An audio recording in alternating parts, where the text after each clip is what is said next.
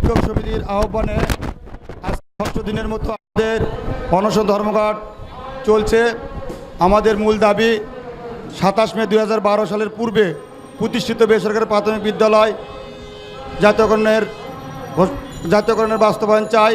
কারণ মাননীয় প্রধানমন্ত্রীর যে ঘোষণা ছিল যে আজ থেকে বাংলাদেশে আর কোনো বেসরকারি প্রাথমিক বিদ্যালয় থাকবে না, আমরা চাই মাননীয় প্রধানমন্ত্রীর সেই ঘোষণার বাস্তবায়ন। মাননীয় প্রধানমন্ত্রীর ঘোষণার বাস্তবায়ন হলে আমাদেরকে আর কখনো আন্দোলন করতে হবে না। তাই মাননীয় প্রধানমন্ত্রীর ঘোষণার বাস্তবায়নের জন্য আমরা আজকে ৬ষ্ঠ দিনের মতো এই জাতীয় প্রেস ক্লাবের সামনে অবস্থান করছি।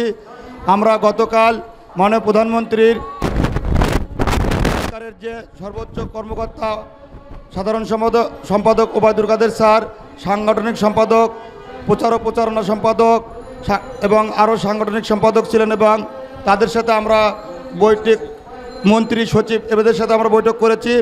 তারা আমাদের আশ্বস্ত করেছেন যে আপনারা যে দাবি করছেন এই বিদ্যালয়গুলো মাননীয় প্রধানমন্ত্রীর ঘোষণার পূর্বে যদি তাই হয়ে থাকে, আমাদের প্রচার ও প্রকাশনার সম্পাদক ডক্টর আব্দুল সুবহান গোলাপ স্যার তিনি বলেছেন যে ২৬,১৯৩টি বিদ্যালয় জাতীয়করণের ঘোষণার সময় তো আমি ছিলাম। যেহেতু আপনারা বলছেন যে এই বিদ্যালয়গুলো জাতীয়করণের থেকে বাদ পড়েছে, আপনারা পূর্বের তথ্য আমাকে দেখান। যদি সত্যিকারী অর্থে আপনারা বাদ পড়েন, যেহেতু আমি ওই বৈঠকে ছিলাম, জাতীয়করণের বৈঠকে ছিলাম, তাহলে আমি আবারও মাননীয় প্রধানমন্ত্রীকে এই বিষয়টা অনুরোধ করে আপনাদের জাতীয়করণের ব্যবস্থা গ্রহণ করব।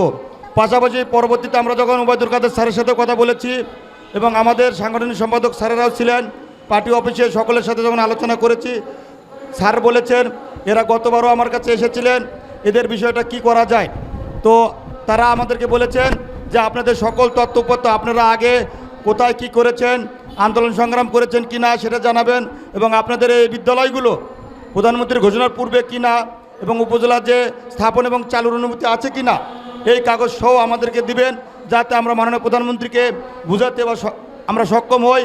সেই অনুপাতে তারা আমাদেরকে বলেছে আপনারা দ্রুত সময়ের মধ্যে আমাদেরকে ফাইল নোট করবেন, যাতে আমরা মাননীয় প্রধানমন্ত্রীকে অবগত করতে পারি।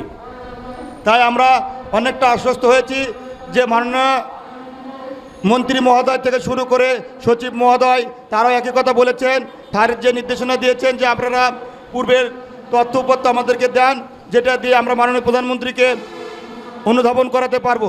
আমি মনে করি এখানে মন্ত্রী সচিবের চেয়েও আমাদের যে পার্লামেন্ট সদস্য আছেন ৩৫০ জন, তারা যেহেতু সরকারের একজন উচ্চপদস্থ লোক, তারা যদি চায় তাহলে দ্রুত সময়ের মধ্যে এই বিদ্যালয়গুলো জাতীয়করণ হবে। বিধায় আমরা তাদের সাথে যোগাযোগ করেছি, আমাদের যোগাযোগ অব্যাহত আছে। এমনকি আমরা যেহেতু তাদেরকে বোঝাতে সক্ষম হয়েছি, আমাদের বিশ্বাস দ্রুত সময়ের মধ্যে আমাদের এই বিদ্যালয়গুলো জাতীয়করণ হবে বলে আমি বিশ্বাস করি।